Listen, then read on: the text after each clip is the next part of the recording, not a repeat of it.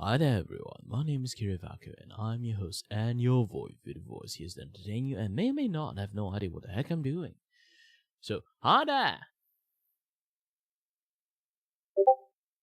Ooh, and that's one loud ping. Thank God I heard that. Yeah, today I'm not going to stream that long because I have an interview to go this afternoon. Maybe I'll stream a second round if I have the energy. If I don't have the energy, I will be, try to find some other solace on. Try to think about what I can do, what I can't do. You know, the general things.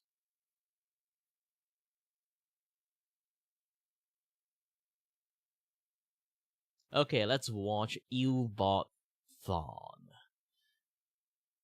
So far away, Lucas. Is it Eubot or just like Reverse Flash? Because there's actually a few other versions of Reverse Flash. So I don't really know. And I guess audience at home, who is your favourite villain associated with The Flash? I can't say he's definitely my favourite, but I do really enjoy seeing clips of it. I can't say that I've watched like the full TV show, but like the Flash show back in like the 80s or 90s or whatever, where they had Mark Hamill play one of the hammy villains. But don't you want to see who? He is the mask. Without the mask, he's nothing. Bupkis, not a zip. Just some boring, average, insignificant jerk nobody cares about. Oh yeah, he plays like the trickster. He even has a cameo in Justice League Unlimited, where he's just at a bar, just drinking and being real sad. It's like, well, he's saving the world. Why is he going to bother fighting me?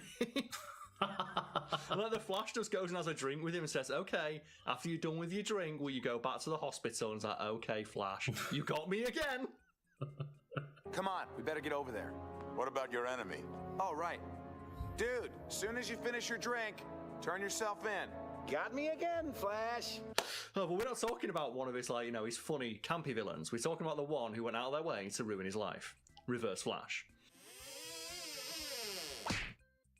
As you probably guessed from his name, Reverse Flash is a villain intrinsically linked to the DC hero The Flash, specifically the second incarnation of The Flash, Barry Allen, who the Reverse Flash fucking hates. So much so he once went back in time for the sole purpose of ruining his life. So, Lucas, what do you know about some Reverse Flash or Eobard Thawne? Which is just a name, right? That's definitely a name that exists, Eobard Thawne. Just definitely a regular name, but hey, it might be in like the 1,000-year future that he's come from. Yes, and I do like that where just in DC they randomly have characters who are from the future, and they never seem to acknowledge it. Like, oh yeah, like Booster Gold is from the future. He's not a superhero, he's just a dude from the future, and in the future, regular technology looks like superpowers. And he came back in time because he was a fucking loser in his future, and now he's a hero. That's enough out of you, Buster. Hey, it's Booster. I'm Booster Gold, okay? Yo, dude. It's essentially that future is the one that Syndrome from The Incredibles envisioned, right? When everybody's a superhero, no one is. And he does what we'd all do in that situation, I think, of coming back to make himself a shit ton of money. Mm-hmm. It's when we ask people, like, what would you do if you could, like, go back in time? It's like, well, I'd look up the lottery numbers. Or you make like a long bet. Sports almanac, Carl. Okay. And in that vein, Lucas, do you have like a plan for if you ever managed to go back into the past? Because for me, it would be go back at least 15 years and just bet on Leicester to win the Premiership. Because remember when that happened and it was 5,000 to 1 odds?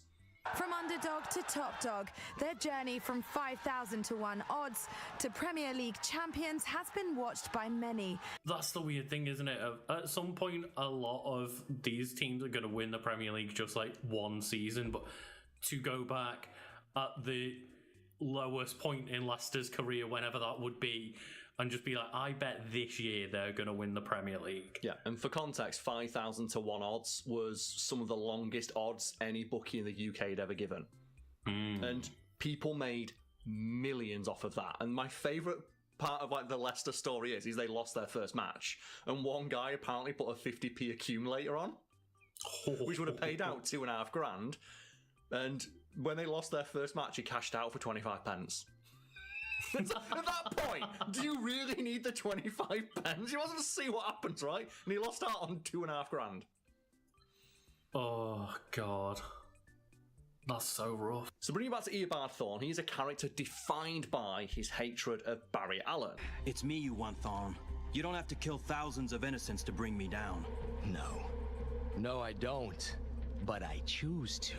Which is kind of funny because initially he really did like Barry Allen, so much so that he went to work in a museum dedicated to the Flash's exploits and learned everything about his life. He even went as far as to get plastic surgery to look more like him and then try to recreate the experiment that gave him his superpowers. And presumably that's where he gets his powers also? Yep, and he's got basically the same powers as the Flash, but he sees himself as the Flash's inverse. Hence, Reverse Flash. However, his mind was sort of broken, at least according to, like, some versions of the comics, where he went back in time to meet Barry Allen and learned that he was destined to become the Flash's greatest villain. And just the knowledge that he was going to, fuck over a person he looked up to so much just broke his mind, and he just went about becoming, if I'm going to be a villain, I'll be the greatest villain. Yeah, it's so strange, isn't it? Because obviously there's multiple different interpretations of time travel, but that is one where it's always happened that way, that he forces himself back in time to become the Flash's greatest villain, which wouldn't happen if he didn't fuck with time. So it's that weird thing. Yeah, time travel is complicated, and very few bits of media ever get it exactly right. And there's always at least one plot hole when it comes to media involving time travel. It's like the Terminator, right? Of like, oh no, Skynet failed after sending back exactly one Terminator. And it's like, well, send back 50. Who gives a fuck? Don't do that. So, well, they've got a time machine and infinite resources. Send back another Terminator, which they do. Right? And they do, but at that point, you know whether it works, or not immediately, right? Yes, you should do. Because in theory, the moment you send it back in time, if your enemy hasn't disappeared, then that Terminator failed. Yeah, so just keep sending them over and over and over. Unless you happen to exist in a fictional universe where sending someone back in time creates a branching timeline, which is another way some media handle branching timelines, and other pieces of media just ignore it entirely. And I do think one of my favourite interpretations of time travel happens in the game Quantum Break. And it's just the moment they invent time travel, the person who invents it, their future self walks straight through the door. Like, the instant they turn the machine on, their future self walks through the door and says hello. Because why wouldn't you? Why wouldn't you? But getting back to gripes, one of my most hated tropes about time travel is when there's a story where time travel is an element and the characters in the story act like they have to rush or there's not enough time. It's like, you've got infinite time, you've got time travel. Where were we at 7:30? I don't know, going to Hagrid's? Come on, and we can't be seen. Hermione! And obviously it depends on the way time travel is depicted within that story. Yeah. But I do give it credit where credit is due, even though I don't necessarily like it. But I do like the little line in Big Bang Theory. Which is? When they ask Sheldon, oh, have you not ever considered trying to build a time travel device? And he's like, no, because if I'd built one, I'd already know that I've built one, so there's no point. If either of us ever invents time travel, we agree our first stop will be this meeting today in precisely 5 seconds.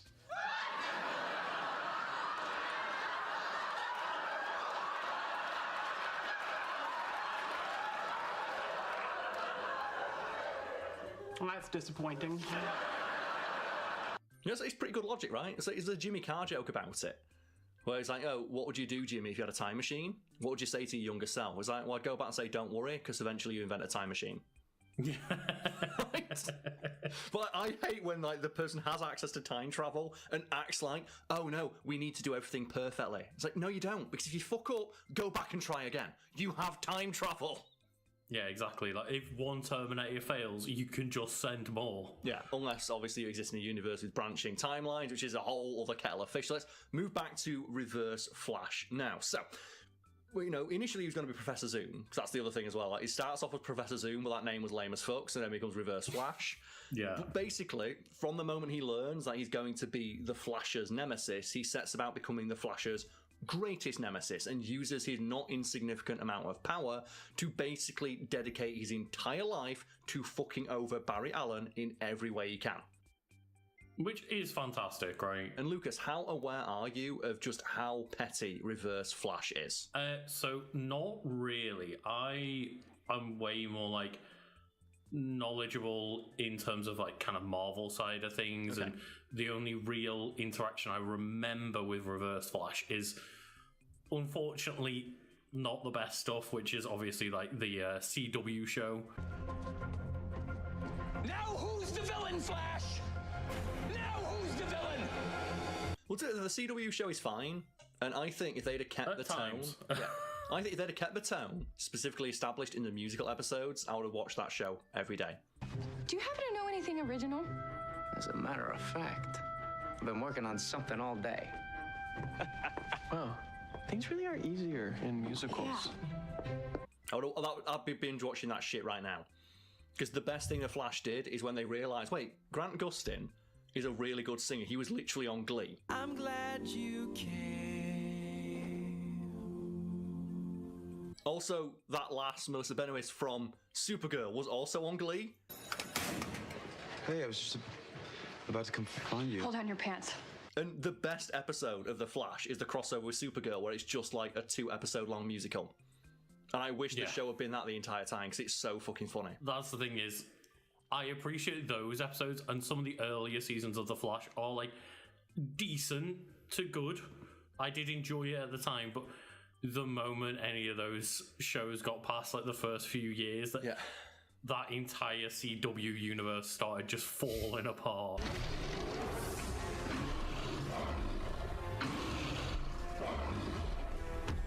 Barack Obama. It becomes a mess. Like Arrow is the worst example, where Oliver Queen spends the first 2 seasons, he shoots at least one person per episode. And then by season 3, he's talking about how I need to protect this city from my threats. It's like, Ollie, you're the single greatest mass murderer that exists in this city. You've killed like 400 people. To be fair, it's only one season of Mass Murderer Ollie, but it's still an entire season where he's like, I'm going to fix the city, and he just kills everyone. He kills like one person per episode, and he's like, Ollie, stop it. Same thing with like The Flash, where in the first season, he needs to learn to get faster. It's like, okay, yeah. But then like they do 9 straight seasons where he opens every episode saying, I'm Barry Allen, and I'm the fastest man alive. What's the threat of the week? Someone who's faster than you are. Fuck's sake! Yeah, because it's similar to like, I think it's a line that a lot of people kind of gloss over, but don't come at me for spoilers because it's how the show opens. Yes. Where like My Hero Academia season 1 is like, hi, I'm Deku and I'm the greatest hero that ever lived. This is my story. Yeah. And that's not me spoiling anything because I haven't even caught up. That's just how the show like opens. Yeah, it's like, but it's more hilarious when it's like The Flash and it's like I'm the fastest man alive, and every season threat is a villain who's faster than he is. Mm-hmm. I will also say as well, like similar to my gripes with time travel, I have huge issues with how super speed is handled in media, specifically how inconsistently it's portrayed. Because realistically, it is the single most broken superpower in existence. Mm-hmm. Like, if you have a character with super speed, again, watch this one, not this one. Oh, I removed it. Hold on.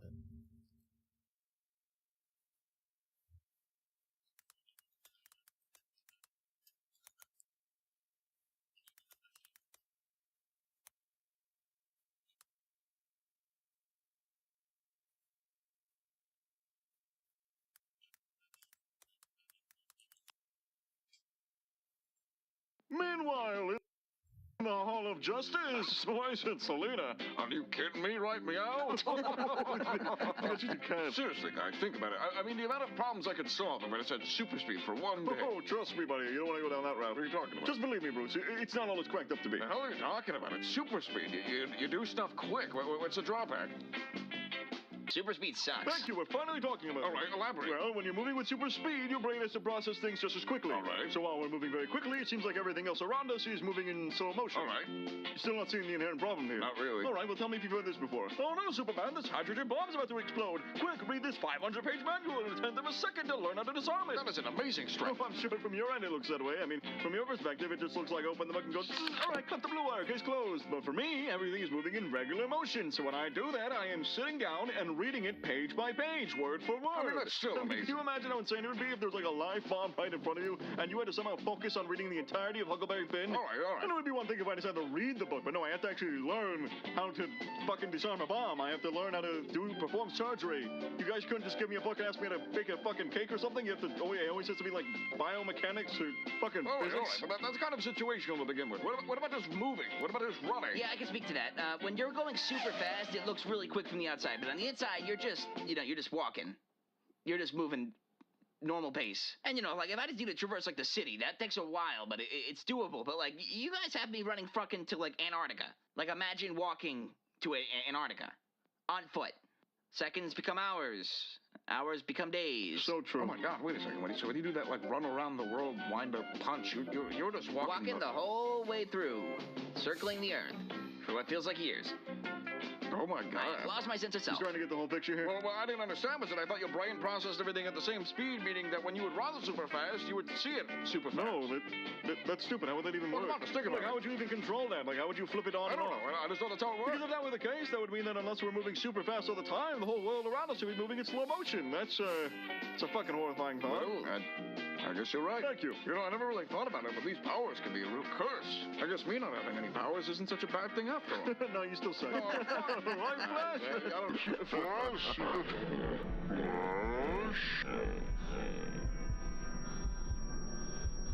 Oh, another thing is that you have to, like, eat a lot, because you're burning so much energy. Oh, that's what that is? Huh? I just thought I was dying. What do you mean you thought you were dying? I don't know, I would just run and then feel really weak after. I just thought I was dying. You thought you were dying? Why didn't you ever say anything? Well, I'd just, like, go to eat to clear my head, and, I'd feel a lot better. You would eat and then feel better, and you never connected the dots there? Nope. You've been doing this for years. Yeah. And what if you actually were dying? Like, what was your plan? I'd figure it out. We're falling apart, guys. This isn't sustainable.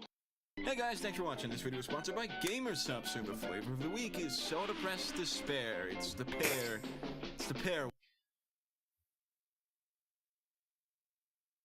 Mm-hmm. And that's super speed. There is no threat that character cannot deal with because they have super speed. For example, with the Flash, the moment you establish that the Flash can perceive time fast enough to see a bullet leave a gun,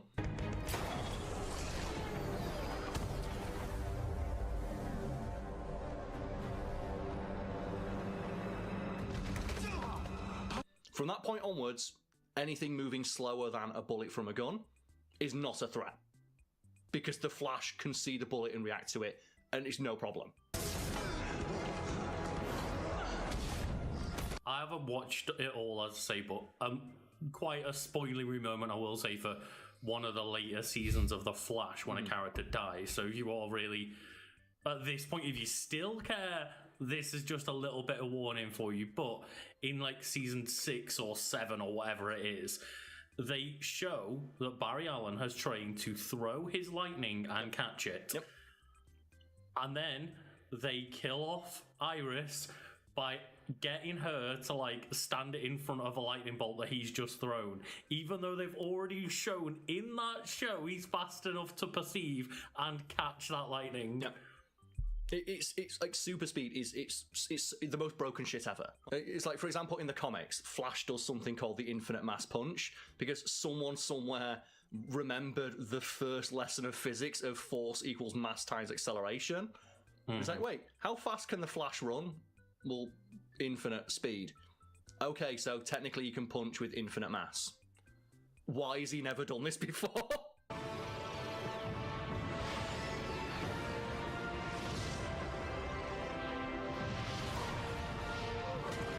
Well, I mean, he punched with infinite energy, right?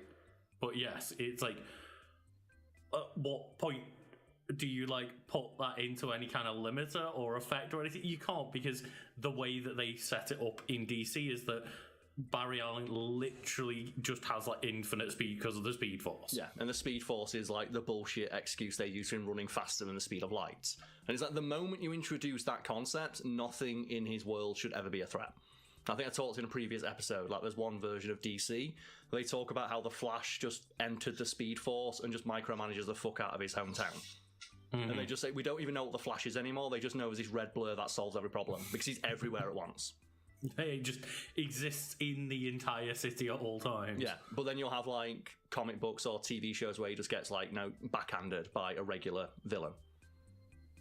It's like when I was watching like The Flash, it was like season 3 and he's still getting cold cocked by random mugger number 3. And it's like, I saw him run faster than a bullet. Yeah.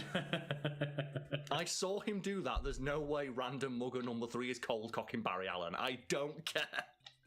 And I still do love just how dumb some of the Flash's villains are, but full credit to Captain Cold to just being like, but whatever made the floor real slippy. Well, to be fair, yeah, you can't run if you're slippy. It's one of the few ways that it's one of the few things that a villain can do that I actually think would work on the Flash. Mm-hmm. Like Captain Boomerang, the fuck are you gonna do? Well, the other one's Mirror Master, because Mirror Master can jump into a mirror. So I think like that will probably work against the Flash ranks. He's moving as fast as light does. But what the fuck is Captain Boomerang going to do? I don't care how fast he throws that boomerang. I saw him outrun a lightning bolt last week. A boomerang's not going to do shit. But if he's running and the floor's slippery, he might fall over and break his neck. You ready? Set. Dad, wait. Oh, God. And I'm sure there's like things in the Flash where he's learned to like run on ice and stuff, but I don't think friction exists. The Speed Force removes friction, right? Because like, technically there's something else we've talked about in the past of required secondary powers, which is a thing comic books don't ever really do, but if you think about it for more than 5 seconds, makes sense. For example, if a character is super strong, they also have to be super durable, even if super durability isn't one of their listed powers, because you need to be durable enough to use that strength. Like, it's one thing to be able to lift up a tank, but your bones need to be durable enough to take the weight of said tank. Same for like Barry Allen. If you're gonna like punch through a wall, break your hand. Yeah. Like for Barry Allen, if he can run that fast, he has to have super perception as well. He's not just like he runs really fast, he's able to perceive, like, his surroundings at that speed, otherwise he'd just run straight into a fucking wall, right? Second one. Like, his first mission would be him sprinting into a wall and exploding. That is one thing, I guess, that the Justice League version, Zack Snyder's Justice League version answers, in fact, is why does he, not fear Captain Cold anymore? And it's because he just skates everywhere, Carl. I hate that. So there's a really telling interview with Zack Snyder where he talks about how, well, every other version of the Flash just runs really fast. However, that makes no sense. The way my Flash works is that he enters the Speed Force so there's no friction. So he moves like a speed skater. And that's why he runs like he shat himself. The problem with that is, the speed you see him moving, every stride he does is like 4 miles.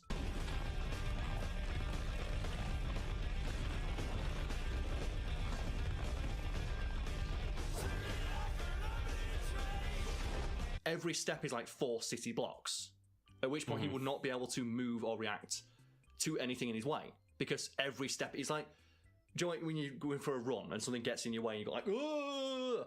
Like, now imagine that, but your strides are like 4 city blocks.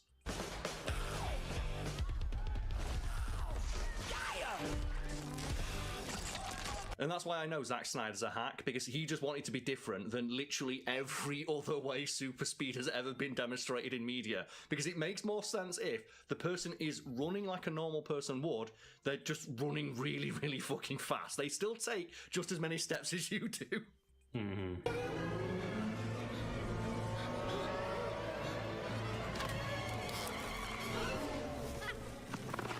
Because it doesn't make sense that they're able to like stop and maneuver on a dime if each step they take is 4 city blocks, right?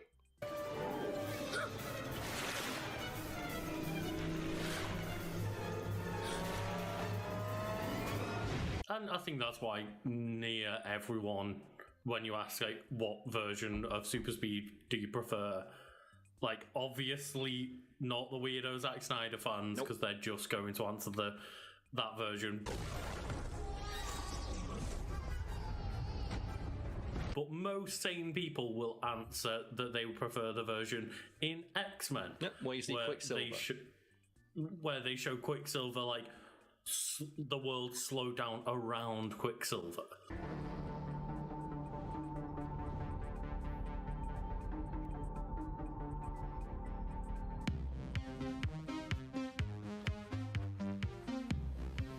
And I'll always give those X-Men movies props because they show what super speed will look like from the perspective of the person who's moving super fast. So it would be, it's like the time travel thing I mentioned earlier, right? Of they wouldn't need to worry or, like, you know, rush because they move so fast that the rest of the world just stops. And that's what you see with like with Quicksilver, right? You just see him like casually just wandering around, taking in his surroundings when like the X-Mansion is exploding. And it's only when the explosion starts to get close to him that he actually starts to move with any urgency. And I think there's a similar effect pulled off in the CW Flash at some point where like someone knocks a coffee over and you just see like the coffee move in super slow motion or something. Yeah, and the Flash just looks and goes, whoop. Had a similar thing. It's in the latest like season of Lois and Clark. Someone shoots at Superman and he has enough time while the bullet is leaving the gun to look around and decide that, okay, I need to get dressed and become Superman, reveal my secret identity. And he has, like, you know, enough time to look and contemplate.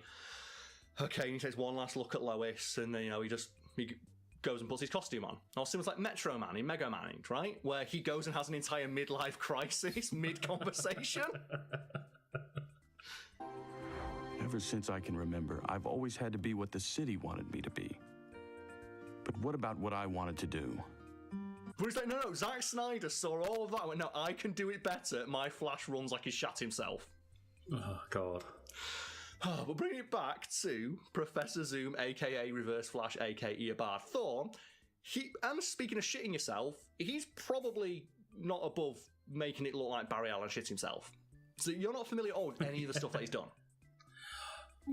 I've heard like little highlights here and there, and I can't overly remember them, but I know that basically just make Barry Allen's life a living hell, right? Yeah, so what he does is, in one comic, he runs so fast, he, like, you know, goes up back in time.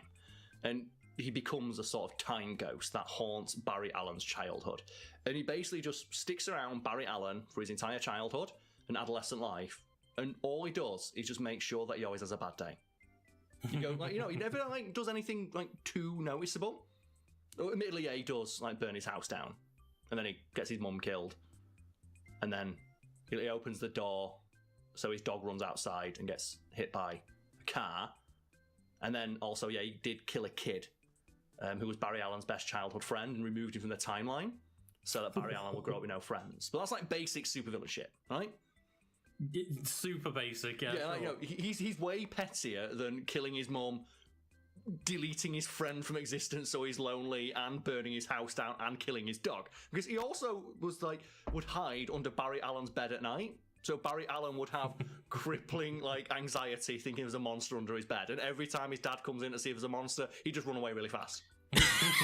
So he also, you know, gave Barry Allen crippling anxiety and probably made him piss his pants at least once or twice. Mm-hmm. He also, like, on one occasion, just pushed him down the stairs. that's the thing as well. He didn't do it to kill him. He just did it so he broke his arm so he couldn't play sports. So that's the thing, right? It's not the fact he pushed him downstairs. It's that he pushed him downstairs in such a way where he break his arm so he couldn't play sports. Then another time when he was actually playing sports, he ran out onto the field when Barry Allen's playing baseball and moves his arm slightly so he misses a baseball catch. So the rest of his team hates him. And that's the thing, right? Is like, okay, cool. A lot of villains like go back in time and just straight up fight someone in or kill someone, right? Like, oh, I'm going to go back and make sure you were never born. But like, it's way more villainous to just go back and be like, I'm going to make sure your entire childhood was a little bit shit. Yes, and just every time Barry Allen's having a good day, Reverse Flash comes out of nowhere and makes sure he has a bad one. Just because he hates him that much. And that's the thing, he never, realistically at that point, he's just a kid. Like, he could just go and break his neck in like half a second. But he doesn't do that because that'd be too easy. So instead, like I said, he hides under his bed. Like, he literally hides under his bed. Don't you have anything better to do than trying to destroy my life? Destroying you is my life. That still doesn't explain why. And in that vein, Lucas, what's something that you think Reverse Flash probably did, but it wasn't shown in one of those comics? I think he just keeps untying his shoelaces. Oh, he absolutely did that every day. Yeah. Like, you know, like just ripped up his homework, all that stuff. Like, there's a joke. Like, it's the thing where for years people thought it was real, and I think it shows how petty Reverse Flash is. That people thought a shitpost edit was real, and it's like a panel of Reverse Flash like just taunting Barry Allen, and the edit says something like, "Oh yeah, every time you slept with your wife, I'd jerk you off at super speed." So you thought you had like. So you thought you were shit at sex? And people thought for a while that was real, because it seems like something he would do. Right? It was me, Barry. I made them draw Lola Bunny with fewer sexual features so that you wouldn't be horny, and reduce your blood flow to make you a millisecond slower. Slow enough for me to kill Iris. It does sound like it, and I like to imagine just every time Barry Allen gets a shower, he comes in and he just turns it to gold. Well, he probably does, right? Because Barry Allen did not have super speed when he was doing this. He was just a kid. Yeah. And just Eobard Thawne hates him that much. He just ensured that this kid's childhood would be fucking nightmarish. But like, not so nightmarish that he just straight up immediately kills everyone, right? No, yeah, he could have done. It's like he could have made it 10,000 times worse. No, but he made it's like having a rock in your shoe. But like, you know, a for dull your ache, entire childhood life, like or a dull ache in your neck, right? It's not the worst thing, but imagine it never going away. Or, you know, needing to sneeze, that feeling of needing to sneeze, but imagine that for like forever. It's like, well, it's a minor inconvenience if it happens, like, you know, briefly. But if that was your entire life, it's like those people who have like hiccups for 30 years, right? Oh, and they talk about it being like, it is an unending nightmare. Like they talk about someone like people try to commit suicide over that shit. Yeah. Like people have like, you know, bad insomnia where they can't sleep properly. It's like, it's hardly the worst thing not being able to, like, you know, get a full night's sleep, but stretch it out over 10, 20, 30 years. It's compounding, right? Like, yeah. Oh, it's just one of those things, though, where just I think that might be like the most villainous thing to do is to not make everything bad for like a day. Make everything a little bit bad for his entire life. Well, keep in mind as well, like the Joker talks about how he became the Joker because he had one bad day. Reverse Flash gave like Barry Allen 15 straight years of bad days. Just 15 years of nothing ever going his way. And like, you know, I'd be remiss if I didn't talk about the times where he also did this to Batman. Because there's one comic where Reverse Flash beats up Batman and then holds up I think it's a letter from his dad from the past. And then in front of Batman, rips it up and then disappears into time. Just the fuck you didn't win, the ultimate villain move. And Batman just starts crying. He made Batman cry. And yeah, this is a fun one, right, Lucas? It's not fun for Barry Allen, but like no. I enjoy just discussing and learning about dumb comic shenanigans, don't you? I always do, yes. Yeah. Like, don't we have a channel where we kind of just do that all the time? A little bit, yeah. I think we do. It's called Wiki Weekends. If anyone out there does, like, you know, enjoy me and Lucas riffing on, like, you know, random comic shenanigans, you can go check out Wiki Weekends, link below. There's also a Discord where you can make suggestions for things you'd like to see us cover on future episodes. Otherwise, thank you for watching, everybody, and we'll see you all next time. Yeah. Just that one, right? Just he killed his dog, Lucas. That's rough. It is. And the thing is that it's not like he kills his dog, it's that he makes him think he killed his dog. Oh, no. Because, like, for his entire childhood, Barry Allen thinks that he killed his dog when he accidentally left the door to his new house open. And it turns out Reverse Flash went back in time. He did lock the door, but Reverse Flash opened it and the dog ran outside. So he makes him think he killed his dog. Then he pushed him down the stairs. It's the thing is though, just pushing someone down the stairs. It's such a simple thing, but it's such a dick move because I think that's like tantamount to a murder attempt. Pushing someone down the stairs, right? That is what I call the true evil.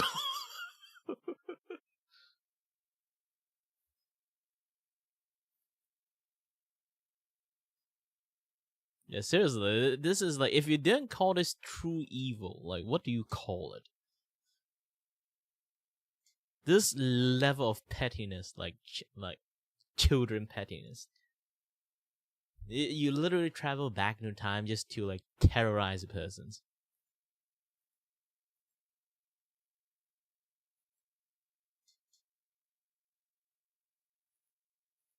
Because like sometimes you look at a flight of stairs and think, that'd kill me. Oh yeah. He's the monarch of motion, the sultan of speed. So far away, Lucas, and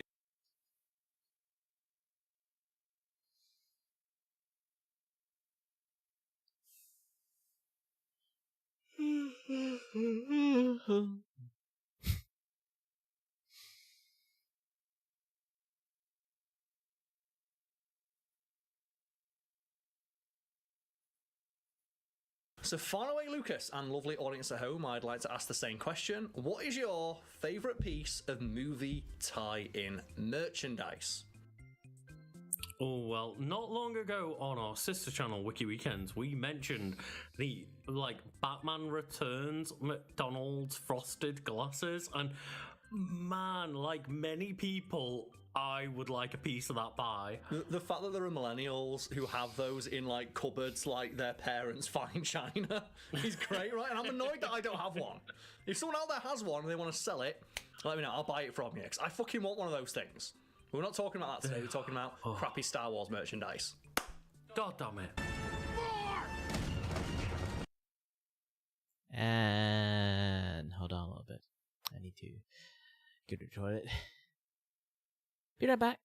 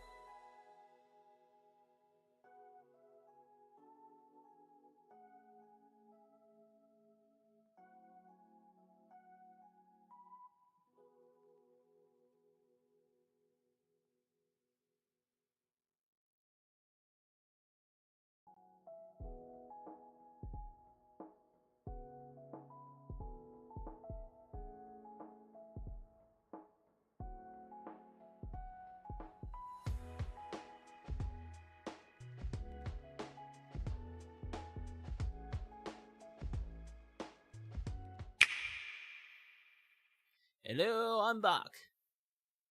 Everyone's back. I am back. You are back. Everybody is back.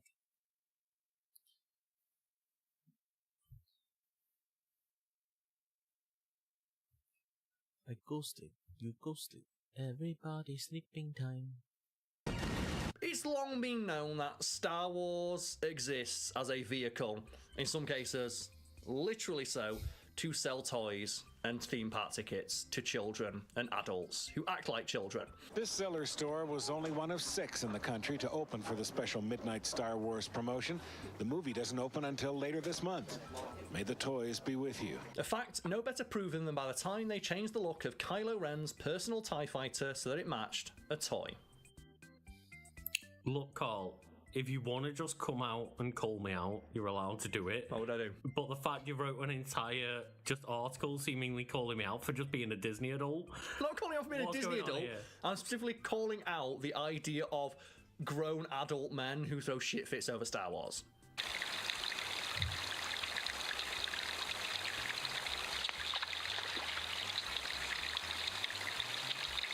Again, why did you find the need to, like, call me out in an article? Lucas, do you throw shit fits over, like, Star Wars because there are black people and women in it? No. No, of course not. I just tend to not give much of a shit about Star Wars anymore, but not because of those reasons, just because, like, you know, it's been, what, 40 years since there's been a good movie? Yes, and when I mentioned that Star Wars exists as a vehicle to sell toys, I don't just mean in the Disney age, although Disney have, of course, monetize the shit out of Star Wars. Why would they not? They paid $4 billion for it. Of course they're going to try and get their money back. But there's a story I've told a couple times on the channel before about the fact that George Lucas himself only ever saw Star Wars as a way to make money. We looked at this as off camera, if you will. Just off camera in this trench, this little guy is running around. So now Kenner's taking liberties with the world of Star Wars. What would George think about that? George Lucas loved it. To the point where the only reason he made a prequel trilogy is because he wanted to make more money from toys. Because back in the 1970s, I think, when they did the first Star Wars movie, he signed an infamously bad deal with Kenner Toys, who no longer exist. They got bought out by Hasbro, but Kenner Toys and he inked a deal to create merchandise for Star Wars, because people are probably familiar with the story that George Lucas waived a bunch of like director's fees that he could have had in return for control over the sole merchandising rights to Star Wars. What people maybe don't know is that George Lucas then split those sole merchandising rights with Kenner Toys, with Kenner Toys receiving 95% of every dollar made from Star Wars merchandise, and George Lucas splitting a nickel with Fox. George was never happy with the deal. He gave an interview in which he said this deal was probably the stupidest deal that had ever been done in Hollywood. Yeah, and man was not fucking about, because when he signed that deal, he didn't think of it as like, oh, well, that means I'm not getting much money. He was like, no, that means I've got to fart out so many toys that I do make money. Yes, and what that has to do with the prequel trilogy, for anyone wondering, is that deal basically was cast iron. There was no way out of it for George Lucas, to the point where the lawyer who drafted the contract for Kenner specifically wrote into the contract that they would own the rights to Star Wars merchandise in perpetuity throughout the known universe, as long as they paid like a $10,000 retainer to George Lucas personally every single year. And for some reason, they let that deal lapse. And the day that deal lapsed and the rights to Star Wars reverted to George Lucas in their entirety, he announced the prequel trilogy. Shortly after that George announced that he was going to make the prequels. I said, like, and for anyone wondering, like, is that enforceable when you like write into a contract throughout the known universe? Yeah, that's a common bit of parlance used in legal documents. And the lawyer for Kenner knew that it was legally enforceable, but they put that in as a piss take. So, oh, it's Star Wars, right? It'll make George Lucas laugh. George Lucas was not happy because he wasn't getting as big a cut of the pie as he wanted. And as mentioned, but it was notoriously difficult for him to get a deal, because that kind of merchandise deal was like not a thing when George Lucas was approaching toy companies. And that's why Kenner got the deal that they did, because at the time it was considered to be very risky to make merchandise based on a film, because film wasn't seen as this thing that really stood the test of time. Like, you'd maybe make some more money in like the home market with VHS and stuff like that, but even the most successful films like Wizard of Oz, people weren't buying toys of Wizard of Oz. Right? But maybe that's just because no one tried hard Maybe enough. no one tried, but George Lucas did. But the deal that he had to sign was he got 5%, which then had to split with Fox. So he got 2.5 cents on every dollar of Star Wars merchandise sold, which he didn't like. And as mentioned, the day that that deal lapsed and he got the sole rights to the merchandise back, just so happened to be the day that he announced that he was making a prequel trilogy, and he also announced that he would then be selling the merchandising rights for the prequel trilogy, and he got a much better deal. A royalty rate at 5% in the original deal. The base royalty rate in this deal is 18%. We were very concerned that Hasbro would never be able to make a profit. Yeah, essentially he did what like kind of Disney did to Fox, right? Of very similar kind of thing of just reduce the amount of oxygen in the room around Star Wars to nil, to the point where he could then take the merchandise rights back because they weren't worth anything anymore, and then all of a sudden start the franchise again. Yeah, because that's the rumour. Like, there's never been any confirmation on this, but people in the know have said, well, it's very odd that George Lucas went on record multiple times saying Star Wars is done, I'm making no new Star Wars stuff, I'm not going to sign off on anything new to do with Star Wars, for a couple of years, to the point where Kenner and then later Hasbro were like, well, why would we pay $10,000 for the rights to Star Wars? The franchise is dead. The day they lapsed, George Lucas announced that he's making a prequel trilogy. I'm not saying like well done him. Like, I'm not saying it's a bad thing. Like, get that bag, George Lucas, and he certainly got like his bag even bigger when he sold the entire franchise, like merchandise rights and all to Disney for $4 billion. But when people talk about George Lucas, like the franchise was purer under his like leadership, no, it fucking wasn't. I had the technology. ILM had developed digital technology to a point after Jurassic Park that I could actually consider doing some of the things that were thought about in the backstory. And so I said, well, do I finish Star Wars or do I go off and do these other things? No, it was just that he wasn't earning enough money off it and he was mad. And respect, because like I'd be pissed off in his situation too. Who wouldn't be, right? It's his idea, and then like he was making almost nothing comparatively off of the thing that he owned. And I make the allusion to Disney and Fox because like essentially Marvel kind of gave zero stories to the X-Men and Fantastic Four for a long time to make it seem a lot less desirable for Fox to keep the rights. Yeah, so the story as I understand it is that Fox signed a similarly sweet deal for them that Kenner signed with George Lucas in the 70s, where Fox basically had to pay a pittance in return for maintaining the rights to like the X-Men in perpetuity, and the only thing they had to do is like pay a small amount of money every couple of years and then make a movie, which of course they were going to do, and they got to hold on to the rights to the X-Men for as long as they kept farting those movies out. And it's never been outright confirmed, but for many years while Fox held on to the rights to the X-Men, Marvel, and by extension Disney, who owned Marvel at that point, just wrote numerous stories that killed off key characters in that universe. Like, they literally did like the House of M, where Wanda's like, no more mutants, done, there's no more fucking mutants, and then mysteriously a bunch of new almost mutants sprung up who had similar power sets to mutants but distinctly weren't mutants for legal reasons. And yeah, then it's like for example, like Miss Marvel comes from the fact there was like a mutagen bomb or something. It was called something similar to you that. had the Inhumans and stuff and like it's that, right? the Inhumans are then birthed of that, and it's like, what are the Inhumans? It's like, oh well, they're humans but they're mutated. It's like, oh, so they're mutants. No. If anyone curious about like, well, could they have just made new mutants? No, they absolutely couldn't, because the terms of the deal that Fox signed meant that if Marvel invented or introduced any new mutants or retroactively wrote a story that turned someone into a mutant who wasn't a mutant before, Fox would get the exclusive rights to make movies based on that character, which they obviously didn't want to do because they wanted to make their own movies.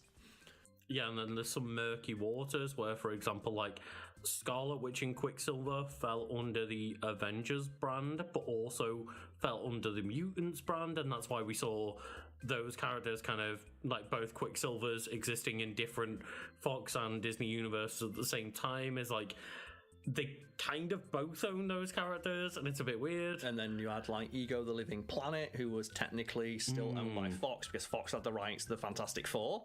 And when they bought the rights to the Fantastic Four, they didn't just get the Fantastic Four, they got literally every character ever introduced in a Fantastic Four comic book.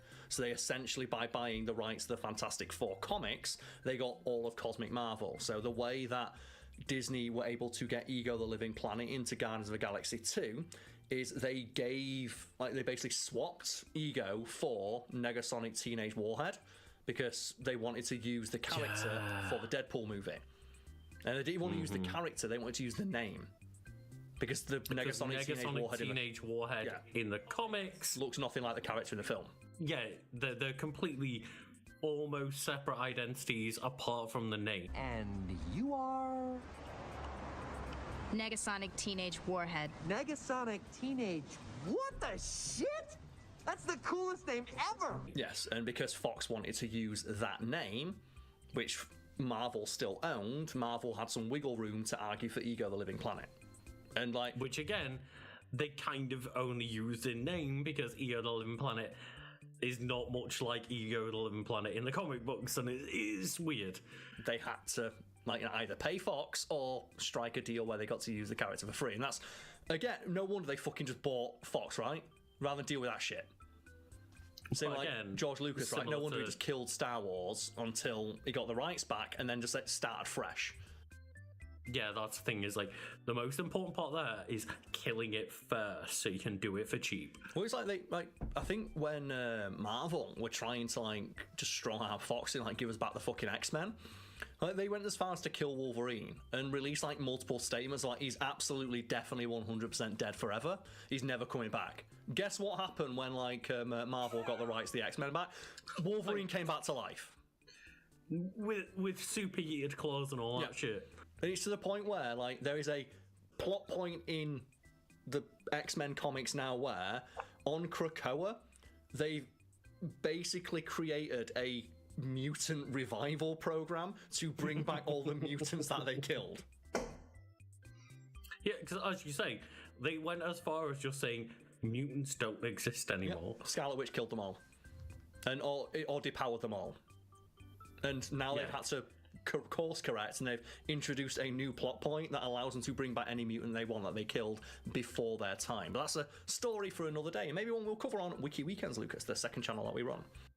100%. And if anyone's in the comments going, well, that just so happened to have been a storyline comic, absolute bullshit. They 100% knew what they were doing. It reads like a shakedown to me. Yeah. Same thing like George Lucas, right? You can say, well, it's just a coincidence, well, it's a fucking very, very beneficial coincidence for George Lucas, right? That the most profitable coincidence of all time. After years of telling people that Star Wars was dead, he announced the day that he got the rights to the merchandise back that he was making another one. It's like, man, it just so happened to time out real well. And the first thing he did is renegotiate the merchandising rights. And I should point out that to the point where he renegotiated the merchandising rights before writing the films. Deal was signed. We hadn't even read a script. We were going totally on faith that the next movie would be wonderful. I remember screening the first prequel, and it's the first time that, you really got a feeling of Jar Jar. And I'm like, oh no. Okay, Star Wars is a lot of homages put together to make a brand new thing, which is basically all creative works made in the modern era, because it's hard to not make something 100%, it's hard to make something 100% original.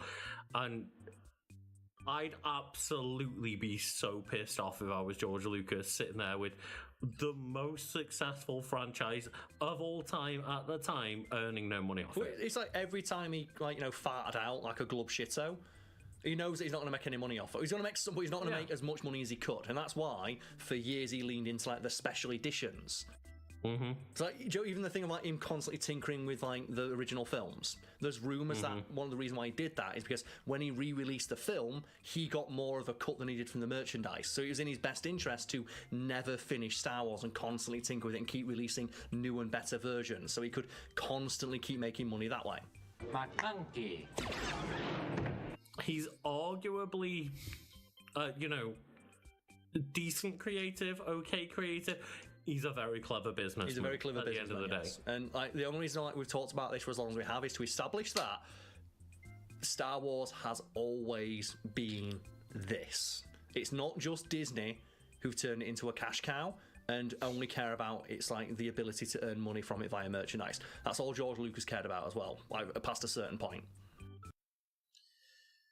For some reason, I'm really tired today. I don't know why. Did I oversleep? No, I didn't.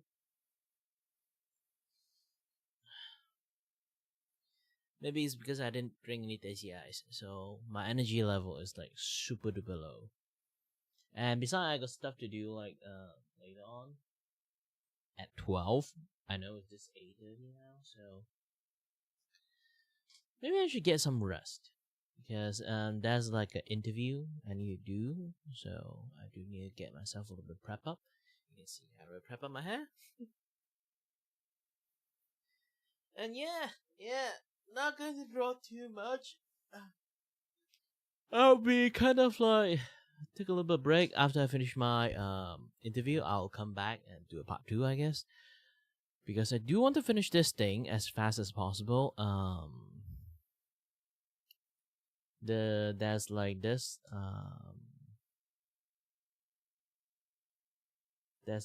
Nijigen Expo is going to come out, and I need to finish this thing, send this to my friends, and she can send this to acquaintances or friends. Yeah, I would say friends. Should do the printings and do some selling, those kind of things. Yeah, make it possible. Yeah, either way, thank you very much for watching, guys, and as always, stay healthy, stay safe. Until next time, stay tuned on the next stream. Bye-bye.